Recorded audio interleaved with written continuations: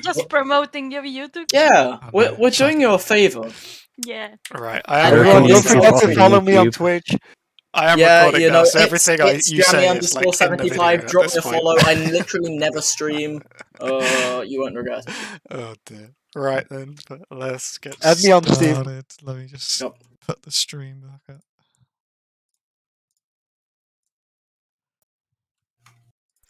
Cool. So yeah, as I said to people who weren't here earlier, I'm not going to do a VOD review. I just brought this up because it's a good example of like the two kind of standard variations of double bubble, so we can go over like both of them in one go, kind of thing, which is nice. Right then. So for the time being, I'm going to get rid of this because I want to go over the compositions first. So I'll start with Empires just because it's on the left. So obviously double bubble is always played with Monkey, Tsar, and that's it. The rest can be interchangeable. I've seen variations on all of them, but it's called double bubble for a reason. So if you I've seen people try and swap out the Zarya for Diva before. It's no longer double bubble anymore. It's just a dive comp at that point. So it plays differently. So if you're running double bubble, it's always Monkey Tsar. The other characters can swap, but things like Tracer, for example, pretty standard in this comp, pretty much always run. But again, there have been times where it's not been run, and same with Anna. So Anna's pretty much like 99% of the time run, but I have seen Briggs N played with double before. It's doable, but that's a very like high rank kind of way of playing a comp. Right then. So Empire's comp is what I'd call like the flyer variation. So if you remember back to when I did the Sig Ball compositions, this is actually very similar in like how the comp plays. It's just that your core is much more aggressive than in the Sig Ball. So here, Empire run the Echo. Now it can be Farah as well. Like it both count, but playing Echo here, and then obviously the Mercy for the pocket. So you'd want the Mercy pocketing the Echo. You can run Brig with the Echo. That's fine. Now, if you're running the Farah, I'd pretty much always run the Mercy. I think Farah with the Brig would be too difficult. Your Farah's too fragile. But Echo's fine with Brig. So this is kind of like the standard flyer comp with, Monkeys are one of the flyers, Tracer, Mercy, Anna. So your comp, slightly different. So obviously you have Monkeys are, that's just the standard that comes with it. You have Tracer, it's fine. You have Ash, now this is a key distinction, and then you have Brig and Anna. Okay. So there's two big differences here. One is the Ash and one is the Brig. So what does this mean, kind of? So your backline has a lot more protection with the Brig Tsar. So your Anna is very, very well protected. Asterisk, if you play it right. You didn't do that in the game. So Indigo on the Anna, I don't know how you felt about it, but I could probably say that you felt kind of under pressure a lot. But that's because so Anna, Brig, Zarya didn't play around each other correctly. So we'll get on to how that works a bit later. But so if you're running the Brig variation, much more stable, secure, safe backline, essentially. And then the Ash here. So this Ash could be like a Kree, it could be a soldier, Hanzo I've seen run. Basically anything that can poke. So that's what this is here for. Did you intend to do this, or like just what was the thought process with this? Quickly, just while we're here. Anybody?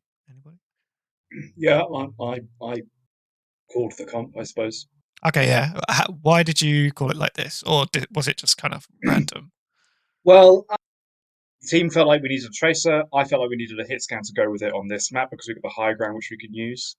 Okay. I wanted to play the back four, and I wanted. I thought with Trist, he feels more comfortable on the the Cass or the Ash. And I think Ash was.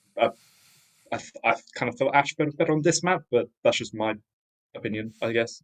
Okay, so this is a really good flyer map. So it's fine to play the Ash here if you're trying to counter their flyers, which is perfectly reasonable.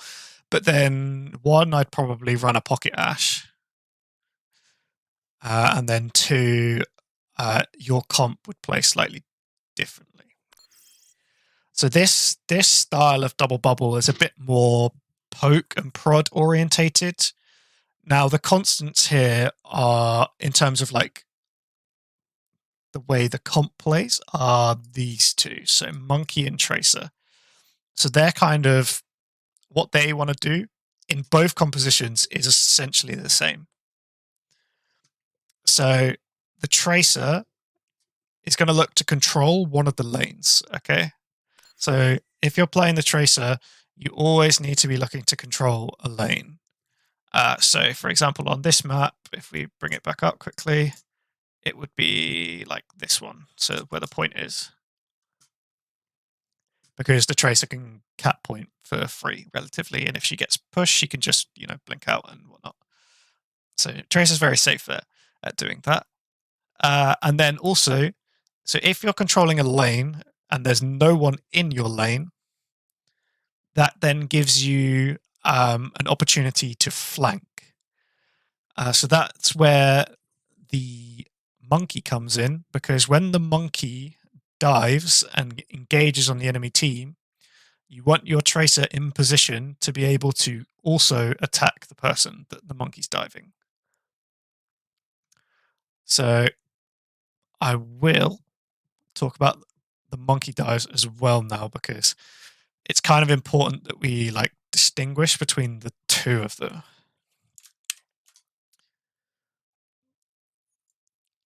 So Monkey, in double bubble, you have kind of like two dives. So one's a soft dive and one's a hard dive. So the soft dive is literally there just to get resources for your team. So that would be charge for your Zarya and nano for your Anna. Now you can also use it to get key cooldowns out, sleep, nade, that kind of thing. But generally it's just there to farm the resources for your team that you need to get your composition going, essentially. It's very hard to push or do anything in double bubble whilst your Zarya's got low charge, because she's pretty much the main damage dealer right now in the comp. So getting your Zarya charge is key in this comp, and Monkey, you're key to that.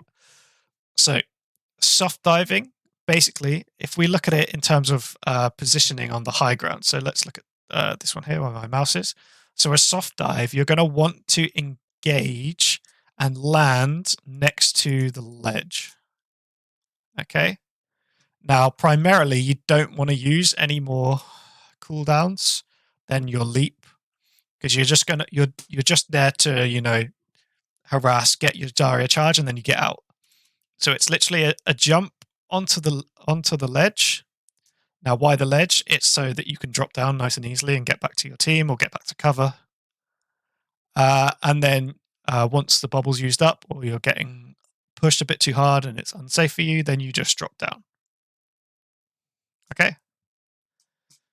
Now, if we look at that relative to a hard dive, a hard engage, so for the sake of argument, let's say that Anna's playing inside the room here. If you want a hard engage on that, you'll dive and you'll go full in with the bubble. Okay. So the positioning of these dives is very key, because if you look where you land for the hard engage, you're not getting out. You're committing to that. So you're going to ask your Zarya for the bubble in, get the bubble in, and then you're going to use your own personal bubble to deny resources for their team, and also use it to shield dance for yourself to protect yourself a little bit on the monkey. Does that make sense for the main tank players here? Yeah, makes sense. Yeah. So that's going to be a really key concept here. I did post a VOD review in the Discord earlier, which I did today. And one of the first things I said in that VOD review was the first dive on any point in double bubble is pretty much always a soft dive because, as I said, you're looking to get those resources because you don't have them in the first fight. You have no charge and you have no ult charge. So you're looking to gain them. So the first dive is 9 times out of 10 a soft dive. Now, the exceptions to this is if someone's wildly out of position and you can hard dive that and confirm the kill on that target. Then obviously, go for it, commit to it. But if that's not the case, always soft dive. So if we relate back to the Tracer a little bit, so the Tracer, you don't need to be set up and ready to push in for a soft dive because all you really want to be doing at this point is controlling your lane, and if you're looking for a flank, then you can harass their backline, just tickle them slightly, make their resources turn towards you, sort of thing. Just harass, essentially. You're playing safe, but you're being annoying. So you don't need to be in position to engage on a soft dive. However, if you want to hard engage and hard dive, you want your Tracer to be able to follow up for that. So if you're diving the Ana here, she's like alone or she's got a brig with her, you want your Tracer like around here somewhere so that she can follow in the dive when you guys come in. Does that make sense? Yeah. So that should be comms. So normally the monkey's calling this, so it'll be like, Zarya, do you have bubble? Tracer, are you in position? I want to hard engage the Ana. Yes. Okay, 3, 2, 1, going now, and then you converge on it. And I say this in my VOD review video a lot, is that you pincer the person. So it's like the Tracer comes in from one direction and the monkey comes in from another. So again, in my VOD review, I said that you're not set up. And I said this over and over and over again. This is kind of what I mean, is that whenever you hard engage, you were just never set up to follow in on it. So it is literally just like the monkey going in by themselves at pretty much every time. So if you watch the VOD review and I say you're not set up, this is kind of what I mean. So that's from the aggressive standpoint. Now, what about defensively? So this is where your kind of lanes are going to come into things. So let's look at your kind of composition right now with the brig. So normally here on this map in particular, you'll want to get the high ground first off, just because both teams can get it for free and it's a good place to start from. It's always better to be on the high ground, and then if you don't need it, then drop. Then, start on the low ground and it's like, oh, I need the high ground. Well, Ana can't get on the high ground because she's got no vertical mobility. So, tough luck kind of thing. To always take the high ground, and it's fine to give it up if you don't need it anymore. But it's just a good option to have. And just remember, if you're on the high ground, they need to use resources to get to you. Whereas if you're on the low ground, they can just walk at you. So get your Ana set up somewhere where she can, see the Winston is one. So again, both teams played this really weird first off, because normally in the double bubble mirror, I'd expect both teams to sort of end up on the top. Obviously, with the flyer, you'd have the flyer either like in this lane here or sometimes here, but I like the Tracer in this one here. So it's normally just using the ruse here in this left lane. But yeah, so in this map, both teams were like on the low ground. It was kind of weird. So if we have Anna here, now the positioning of your core, which is going to be your Zarya, your Brig, your Anna, that's your core in this comp. If you're running the Mercy variant, it's just Zarya, Anna. Okay. So the positioning of your core is kind of key. So it needs to be staggered. So the Anna's always at the back. Then it goes the Brig. Then it goes the Zar. Okay. So why is this? The beam has good range, so you can turn around and beam things within reach of your Anna. And then also, you can still bobble the Anna even though you're slightly further away. The Brig needs to be close because she needs to proc Inspire. That's 1. She's got Shield Bash, which is a short range stun, so she needs to be in range to Shield Bash. And one of the good things about the Brig Anna backline, so basically Brig and Anna can just keep each other alive, like ridiculously well, because Nade plus Brig Inspire, so like her passive healing is just broken. Like it's so much healing. Like honestly, if you've ever tried to kill an Anna that's had the amplified healing off her Nade plus the Brig Inspire, it's like nigh on impossible. You need like 6 people shooting it in order to out damage that healing.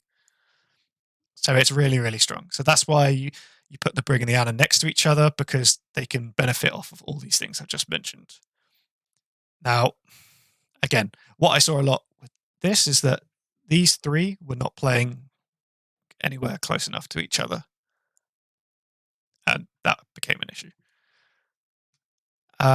So, set up staggered, but I've already mentioned that we're trying to get the Zarya charge and high charge so that she can go aggressive and use and put out a lot of damage. So for Zarya, if you're an off-tank player, write this down, or I don't know, remember it, but don't forget it. You want to be looking to be over like 50% charge. Now, the number I normally go for is 60. So why is that number important? It's basically like 1.5 bubbles worth of value.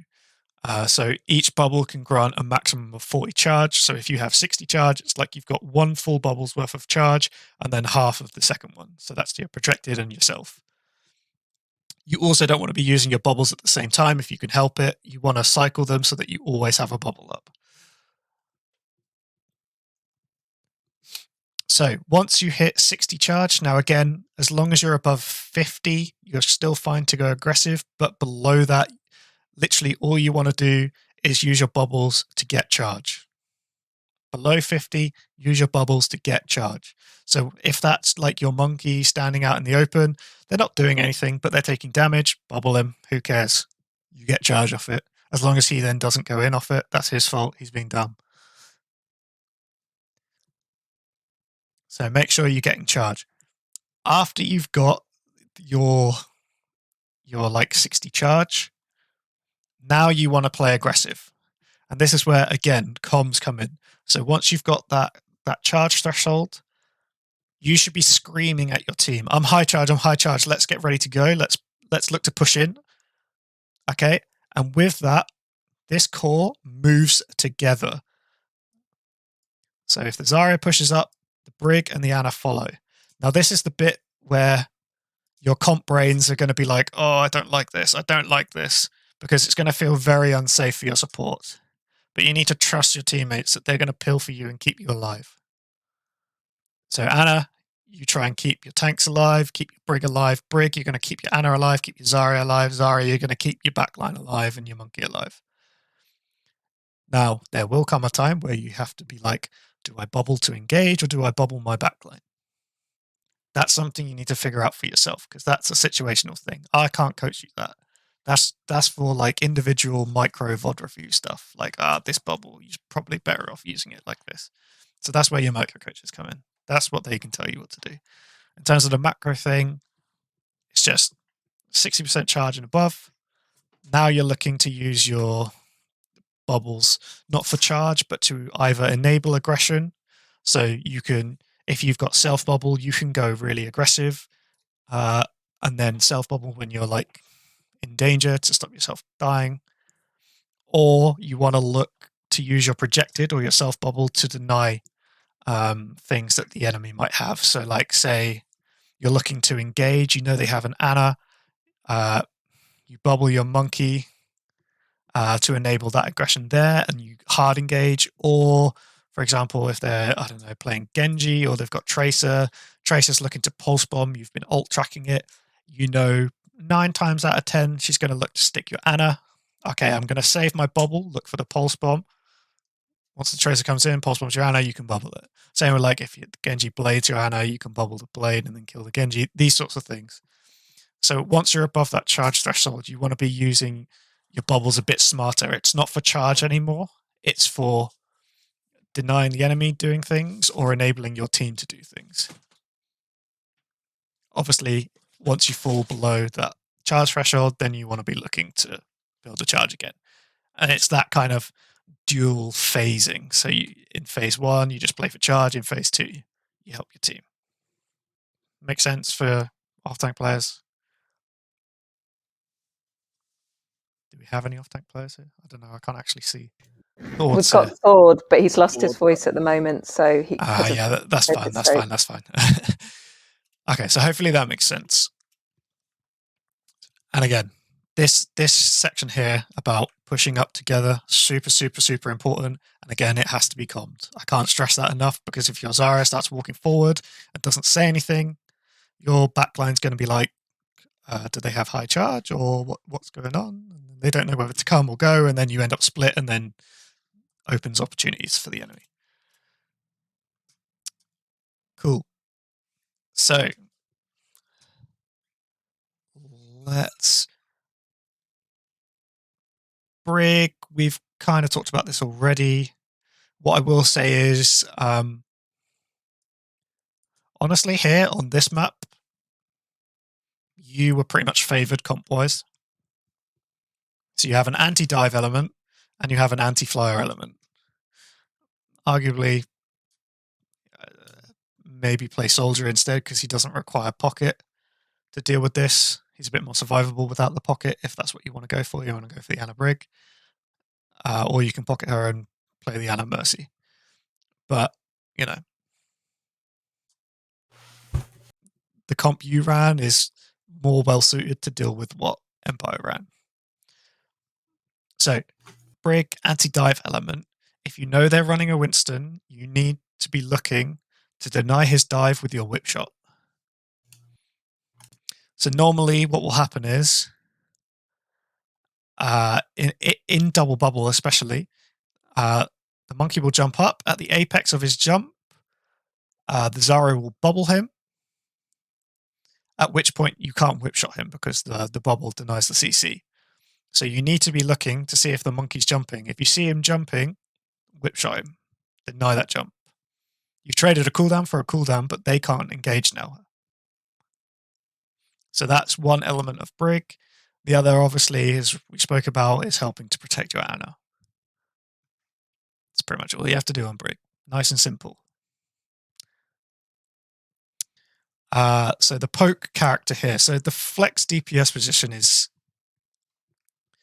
situational to what you're playing.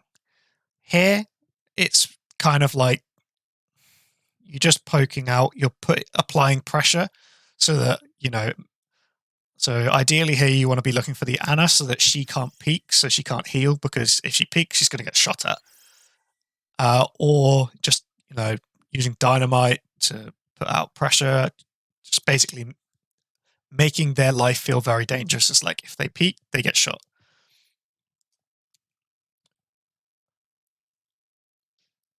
Make sense with that one? Yep. Yeah, so that's what you're doing when you have the poke element. It's like you're literally just applying pressure from range. Now, the flyer kind of does the same thing, but it also has an element where it can join in with the dive. And this is kind of like the good thing about playing flyers. So if we look at Empires quickly, so the Echo can poke. It's not as good as Ash's, apart from the sticky bombs. The sticky bombs are great, but her primary fire poke, you know, it's a projectile spread, so it doesn't deal that much damage. but again, it's still fine. The main difference here is that the Echo Mercy can engage with the dive. So when we spoke about earlier, when you were looking for the setup, so you had like your tracer here, your monkey goes in, these guys are going in as well, and your Echo is normally about here. Once the hard engage is called, the Echo will go in as well. So it's just adding that extra element of like dive and aggression.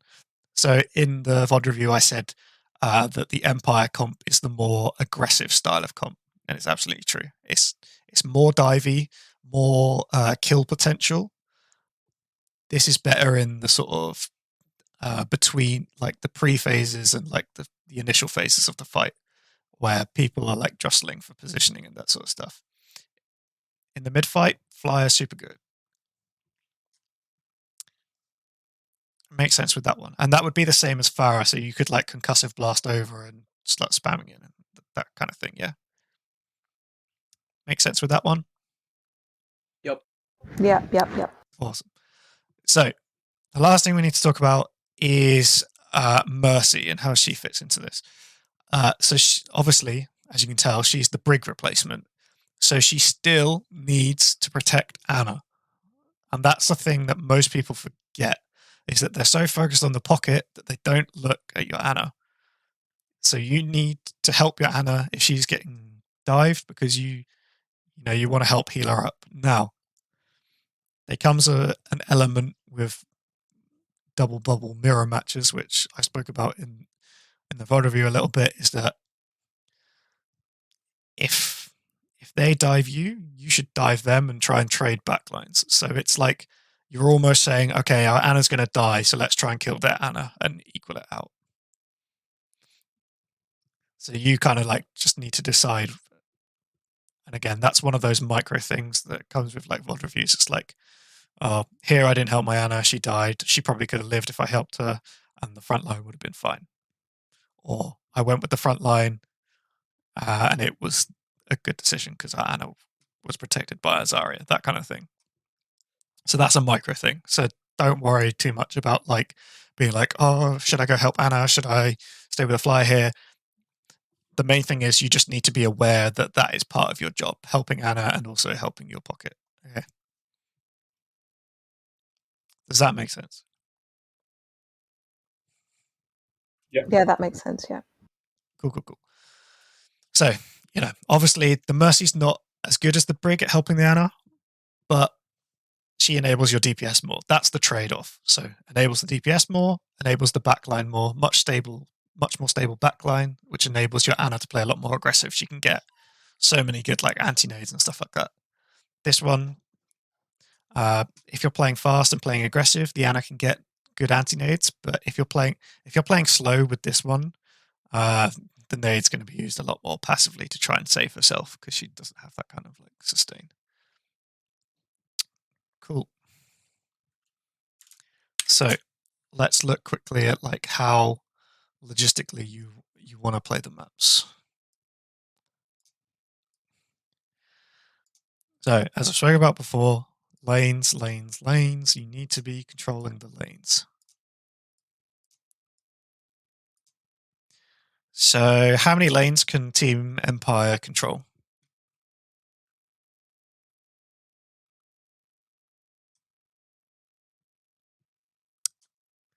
Anybody know?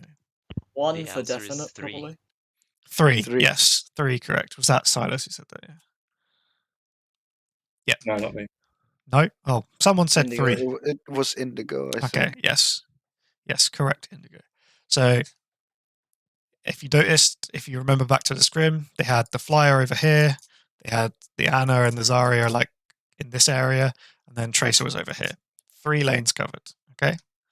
How many lanes can your comp control on this map? 2. 2, yeah. So you can be in the main here, and then the Tracer's over here as well. Or the Tracer can be over here, but she can't be in both at the same time. So bulkier core, less lane control. More fragile core, more lane control. Makes sense. The kind of the differences there. Yeah. I see. Yeah. So Yep. left. So team one's more risky, but has more reward, I guess. Yeah. That's why it's the more aggressive comp. High risk, high reward.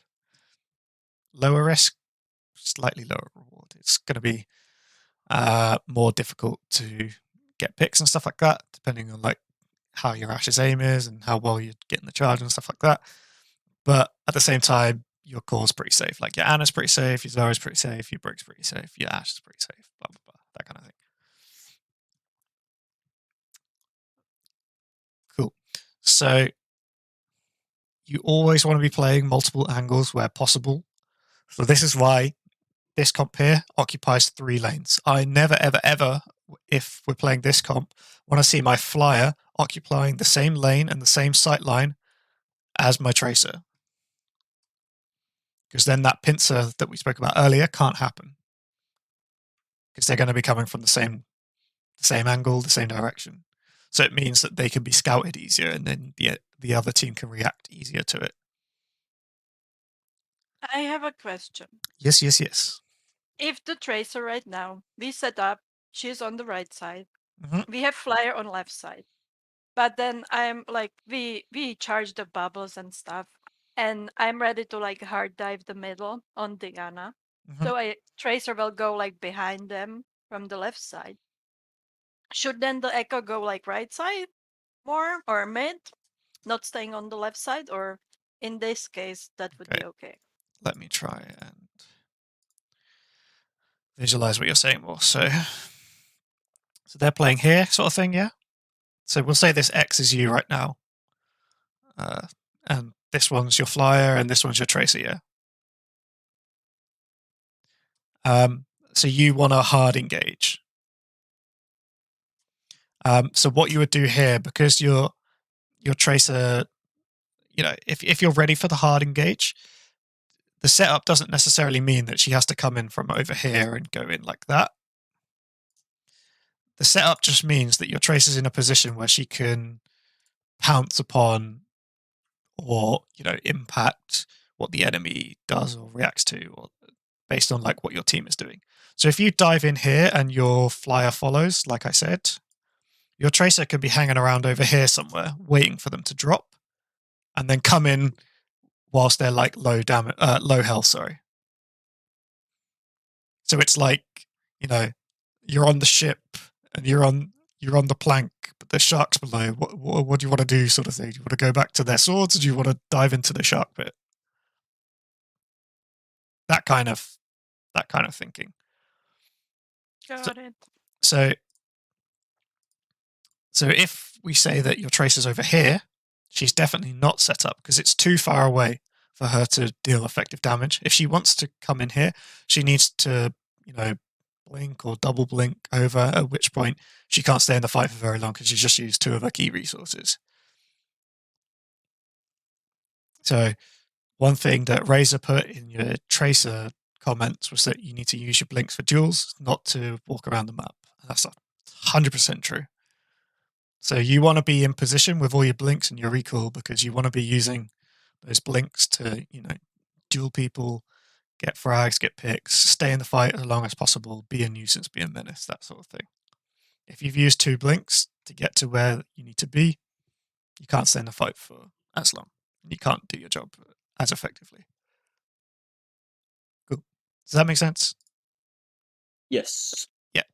So setup doesn't mean like you just have to be on top. It just means you need to be in a position where you can impact what's going to happen in the fight. So over here, Tracer couldn't impact. Over here, she can.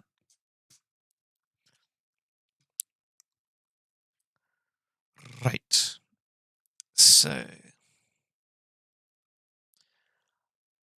let's try and kind of distinguish like lane control for you guys so it makes sense in your head.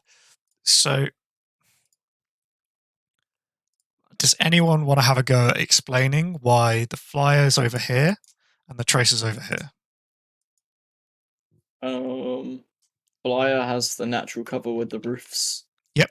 And the tracer is roughly 3 blinks away from like a mega and complete safety.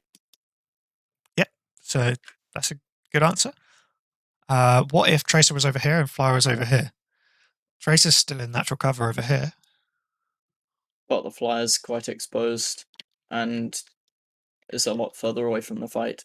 Yeah. Also, So the if she wanted flyer to can engage on get a hard up drive, point a that hard dive, she can. easily.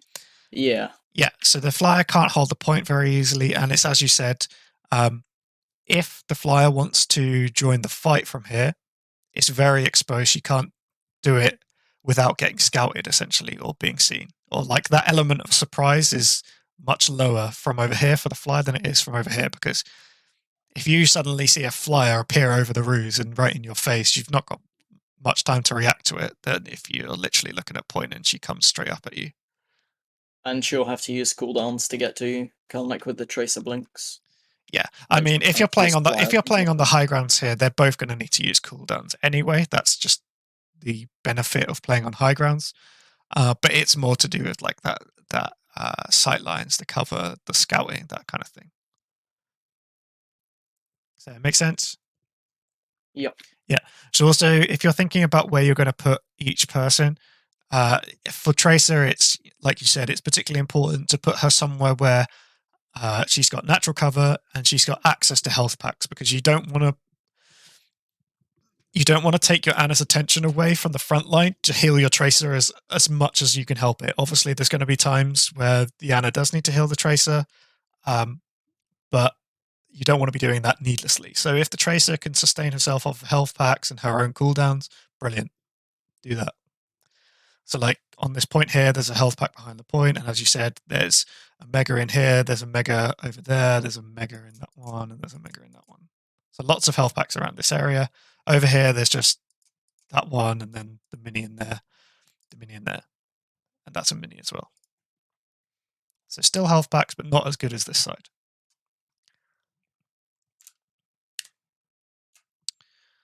Right.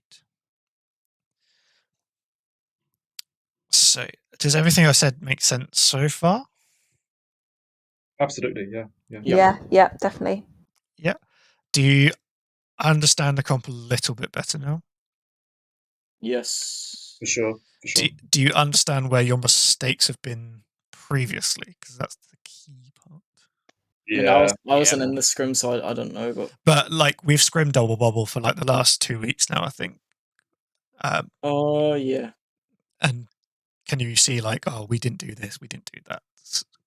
Oh yeah, I definitely didn't call soft jumps and hard jumps as much as I should. Like Yeah. I never did it. I remember that we were on Dorado, I think, And can I you? was going for soft dive, but I never said it. And Yeah. Indigo gave me nano for the soft dive, but I was already like jumping down when I got it. Yeah, this comp is very, very coordination based, and it's very, very comm intensive. So you have to be talking to each other and making sure everyone's on the same page. Because if people aren't, if people are disconnected and they're not quite on the same page, they're not quite understanding what each other's doing, it's going to fall apart. So that did happen a couple of times yesterday in the scrim. So I pointed that out in the VOD review as well, where Silas on the main tank, you had like one idea, but your team was doing something else. And then there was just that disconnect. Obviously, Silas, you're a sub or ringer. I don't know what the logistics That was are, like but the entire problem of that entire scrim. It's just the team wasn't listening to Silas, and I wasn't listening to Silas. okay, but you don't have to listen to just one person, If Silas, so like say, again, I didn't hear your comms yesterday, but I made some comments in the VOD review that, it just seemed like you didn't have a plan, you weren't alt tracking, that kind of stuff, all the stuff we've spoken about before. But say like Silas was calling one thing and saying, okay, we're doing this, and you're getting harassed in the back line, so you can't help him. Are you comming that? Yes or no? If you are, then Silas needs to understand that he can't execute his plan because, this is happening. And then you need to tell him, okay, we're getting dived, you can't go in right now, like blah, blah, blah, this sort of stuff. Or, if you're not comming it, then you absolutely should be, because then Silas isn't going to know that he can't do these things. And therefore he is just going to go in. And then when he's like, guys, what's happened? and you're like, oh, I don't know, he's just going to keep doing the same thing over and over and over again. So talk to each other. You know, this is a very, very comment-intensive comp. Like, can't stress that enough. And it doesn't mean like you need to be constantly talking like blah blah blah blah blah. Like no one, you know, it's just the things that need to be said often. So calling bubbles, calling dives, calling targets, calling cooldowns, calling ultimates, that sort of stuff. So does that make sense? Yeah. Okay. So I think in terms of the composition, like as a whole, I think this is a good point to start with. Now, there's still a lot more I could talk about with this, but I don't want to overload you all in one go. So I think what we'll do, so I haven't, like, for example, I haven't spoken anything about ultimates, but we can do that in scrims. So I can be like, or, you know, Razor or the other coaches can be like, okay, you need to look for Nano Monkey Engage or Nano the Farah Barrage or blah, blah, blah, blah, blah, all these sorts of stuff. We can do that in scrims. But in terms of like actually understanding how the comp plays, I think this gives you like a good foundation to work on for the time being. So does that sound fair to you guys? Sounds great. Thank you. It's really Thank you. helpful. All this stuff also makes sense now while you're saying it, and just whether we can hold it together when we're actually playing. So Yeah, it again, takes time. this is one of the things that I was kind of like, I know you wanted to practice double bubble, which is absolutely fine. And now we've done this, you absolutely can, you know, stick to double bubble and try and figure things out in scrims. But previously, up until this point, you hadn't really like, you didn't have an understanding at a foundational level how the comp plays. So all you were doing by committing to double bubble over and over and over again was just reinforcing bad habits. So it was like perfectly fine to, you know, swap comps if you felt like it wasn't working and all this sort of stuff. I hadn't sat here and said, "Oh no, you need to play double bubble." Like, I think that was some probably like miscommunication on our part as to the fact that you should be doing the presentation before we absolutely go for it 100%. So I think people were trying to do the right thing. Yeah. I did say in the last few scrims though that you don't need to stick to it. But I this agree. is the problem of a 12-person team, Yeah. and we've had loads of fills lately as No, well. I agree. Can I just ask? So, like in a situation where it's really not working because they're running a counter, just because we've said we're going to try and do this and stick to it, and obviously we have to learn how to counter counters, as it were. Mhm.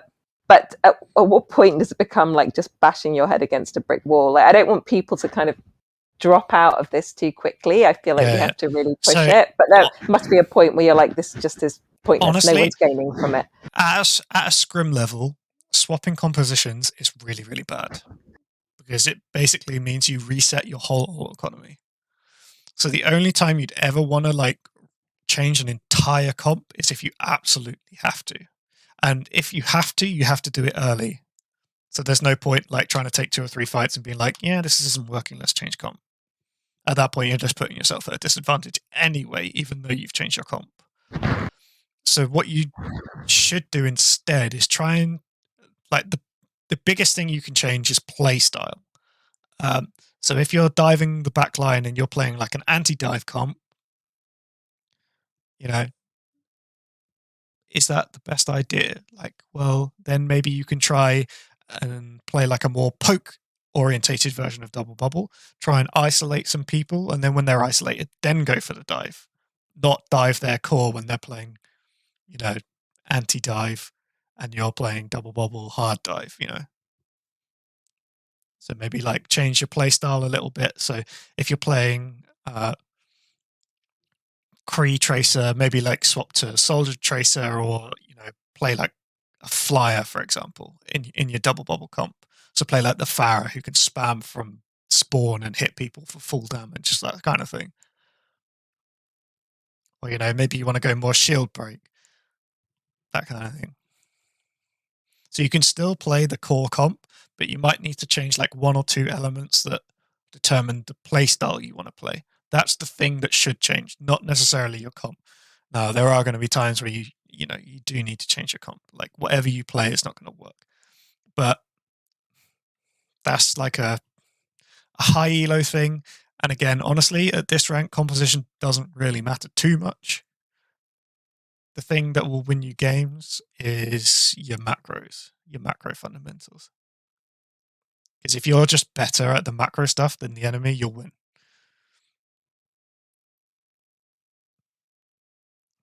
Does that kind of make sense? You cut out. Like, I couldn't tell what you said that last bit. I heard. Which bit did you hear up to? I don't think Auntie cut out. I think maybe it was your. Yeah, I think it was you, Jamie. Oh, can I you heard just repeat like that last few sentences? I Please. don't know where you heard up He to, just so I don't basically all he was saying, Jamie. He just said at our level, switching comps isn't really going to the comp isn't what's going to win you or lose you the fight. Understanding the macros is what will win or lose you the fight. But if you're really, really struggling, then you might want to switch up one or two heroes. Just thinking about what's going on rather than switch the whole comp. Okay, so I didn't miss anything. I thought maybe you just stopped talking or something. Oh, okay. Alright. Yeah. it was dramatic pause. So, yeah, just like TLDR, generally it's better to have a change of playstyle than a change of composition. 9 times out of 10, asterisk. In the small print, it's like, yes, you can change comp, but, it doesn't matter too much. Okay, so what did you want to do now? Because it's been just under an hour, so I'm guessing you scheduled like a 2-hour session so you can play some games or we can look at some stuff. It's up to you guys. I don't mind. What do other people think? I personally scheduled 1 hour for the coaching session, and then I know the people who were like called to play would play after that, so I could leave and play with my friends. That was like my plan. It's just fine. You do Yeah, what you sure. want. What about others who are sticking around? What kind of other stuff were you thinking of going through, Auntie? So you could either, like group up and try and practice the comp, but that would require you to have a 6 stack essentially. So if you have a 6 I stack, think that's fine. we do. If Silas, would you be willing to do off tank because Bappo's not here and Oh, Ford? Batman's from here. Oh, No, sure, I can do off tank. Yeah. Okay, in that case, we have Indigo's off roll. Well, not off rolling, but he'd be main. Yes, we do have a 6 stack. In answer to your question. Okay. Yeah. So if you wanted to do that, you can. If you wanted to look at some of the maps from yesterday and then point out exactly where it went wrong, because I could just tell that you guys were like tilted beyond belief after the 3rd map. And you kind of lost your mental, and it's why you got rolled the last 2 maps. But honestly, Well, the first We I weren't think tilted. I think Anubis was pretty hard counter comping, but that's not really our fault. But we were getting tilted in that map for sure. You're Anubis. Okay, I'll give you a little hint. So you play double bubble against double shield, right? Yes. Did you play the pharmacy? I think you did, right? We changed to farm. We changed to flyer, I think. Okay, Yeah. so you had the I think it's pharmacy. Farrier. You can concussive blast their tanks off the high ground. Oh, I was trying. I just wasn't allowed to do anything. I just kept getting killed because their players were just better than ours. That's just what happened. I couldn't do anything. Yeah. So in that situation, a plan could have been we're gonna look for a boop off the high ground, and then you can either collapse on the people that are left up top, like the squishies, or collapse on the tanks below and try and kill them, sort of thing. That's a perfectly good plan, and it would be a reasonable plan to get around what you were facing. Mm-hmm. What the problem was, you didn't react to what you saw in front of you, and you kept trying to play the same way over and over and over again. And obviously the same way wasn't working, but then you didn't change how you were trying to play. You just kept trying to do the same thing over and over again. And that's why it felt like you were being hard countered. You countered yourself by playing that playstyle, if that makes sense. Now, you are right to some degree, that comp is just going to shut down the comp you're running. Correct. But again, there are ways around it, playing a different playstyle, or maybe swapping up a couple of things. Maybe you could play double bubble with a Reaper instead. It's a bit it's a bit out there and a bit like unorthodox, but it could work. So in that situation, the issue. So when they just felt like they couldn't even get. I mean, I didn't play and I haven't seen it, but they felt like they couldn't get anywhere close.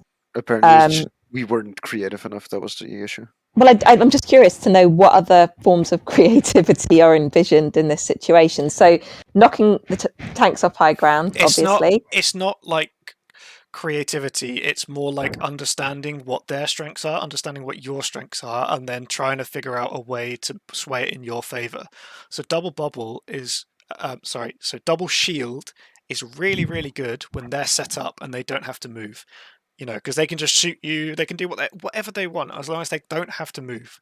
The second you make it so that they have to move, double shield is a terrible comp. Like, if double shield is not set up, it falls apart. It's essentially a bunker comp. So that's why I'm saying, like, maybe you could have booped their tanks off the high ground, because then all of a sudden their tanks have got to run back up and try and get back on the high ground. And that gives you an opportunity to then dive them. So it's not necessarily like trying to be creative. It's more like understanding what your strengths are, understanding what their strengths are, understanding what each other's weaknesses are, and being like, okay, how can we sway this in our favor? Okay, well, we're good here and they're weak here. Okay, maybe we can exploit that. Make sense? Yeah. Yeah, absolutely. See, senor. Okay, cool. Anything else? I don't know what else. Yes. Anything else anyone else wants to ask? No. Okay. God, I thought you'd all have loads of questions after last night. Everyone was so freaked out last night. Okay. So basically, just understanding the strength of different comps and then thinking of ways to counter or play to our strengths, basically. I do have a question. Yes. As a monkey in this comp, and when your tracer is the tracers are fighting. Yeah. What do you just sit and wait? Just build nano and charge just by walking. You don't really go for dives, I imagine. Or so you don't want to. So this was one of your weaknesses, to be honest, in the composition. I know, that's why I'm asking. Yeah. So there were a few times where you like used your leap to get onto the enemy when you didn't need to. You could have just like walked up to them. So realistically, you only want to use your leap if you absolutely have to. So it's like you going from low ground to high ground, or you want to hard engage and kill that target quickly. Because the longer that target stays alive, the more in danger you are, because you now no longer have the jump cooldown, which is essentially your escape cooldown.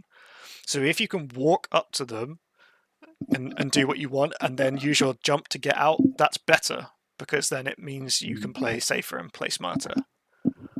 Your Zarya can still bubble you, your Ana can still heal you, all that jazz. But if you then can't get out, then you're essentially just feeding at that point. Watch the VOD review, because there was one example it was on this map as well, which was the first one that you played. So it's like quite early on into the video, where you essentially jump from here, and they were like standing. They were standing over here, and you jumped on them down here, right? And I'm like, why didn't you just go around here and then drop on them? So you could have set yourself up here, dropped on them like this, and then your team could have followed you, and your team would have been set up on the high ground as well. So you would have had high ground control, and you would have been pressuring the enemy team, and you hadn't used your leap. So then once you walked up on them, and maybe you took a bit too much damage, or you're getting hard pressed, then you can just jump back up to your team. Okay. Yeah. In the past, I've been told I don't engage fast enough, so I was kind of a bit eager, especially at the start of the scrim. Yeah. So it's engaging fast enough is yes. Okay. So you don't want to be standing around doing nothing, because then, yeah, like 100%, then you are literally doing nothing. You always want to be looking to do something. Now, whether that means you're trying to take space, or you're posing a threat, denying an area, that sort of thing. So like,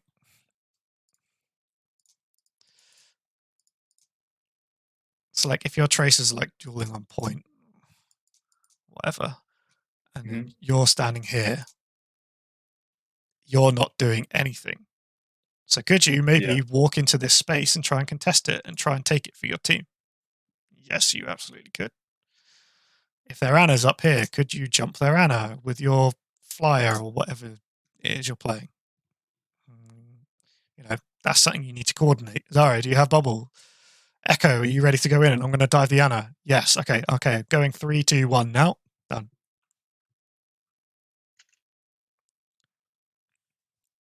Okay. Yeah. Yeah. I see. Yeah. So it is right that if you're standing there doing nothing, you should be asking yourself, what could I be doing now? But what could you be doing doesn't necessarily mean jumping the enemy. You can do other things around it.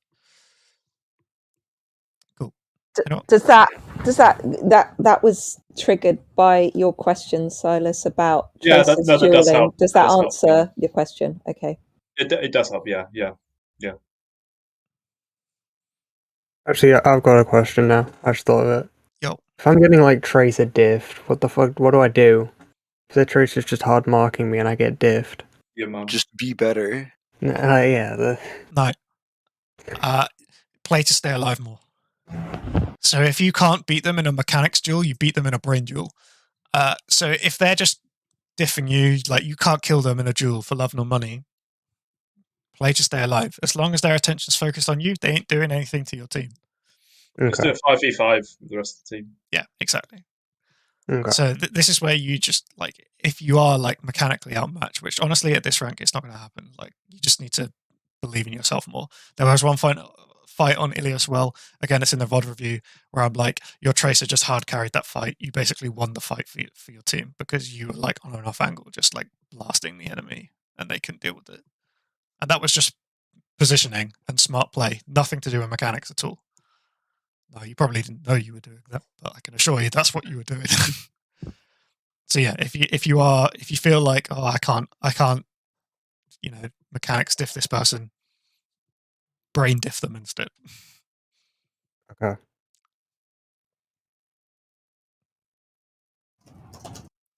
Anybody else? Very cool. Could you also try and play in the sightlines of your brig or something like that, and then you can also get help mid-duel? Yep. Yeah.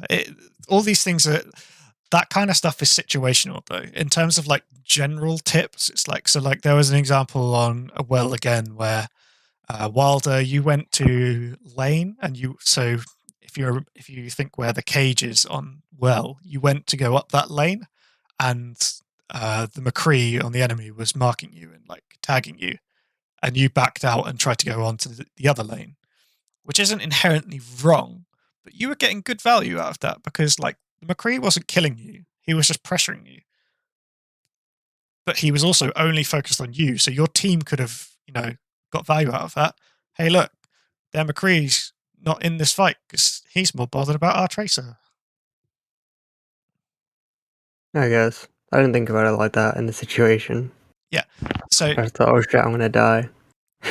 Playing Tracer is so much more than just fragging and getting kills.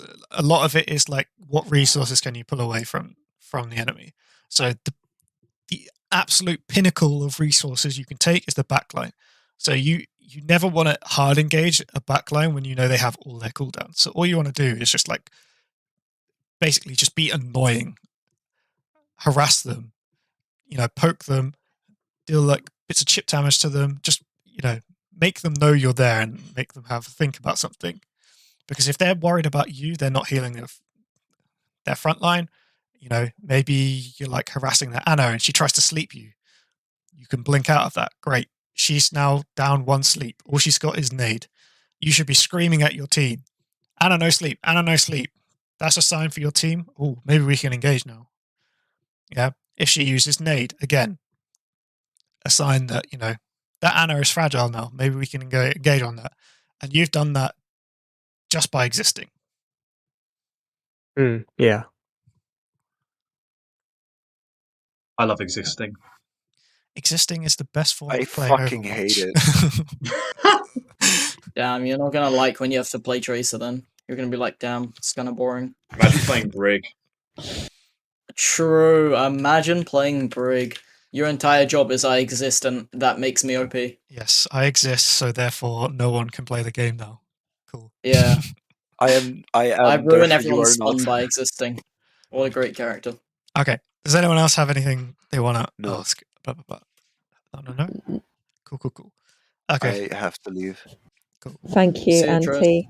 Bye. So you Bye, guys can Tris. Bye. Bye. Have a good time. essentially. Thank you, Auntie. No problem. This was very good and informative. Thank you. Yes, Thanks a super, lot. super, Yeah, super. really helpful. Thank you. Thank you. No Thank problem. you. Thank I'm you. going to stop the recording and then I'll upload it and I'll put it in your Discord, alright? Don't say gamer words.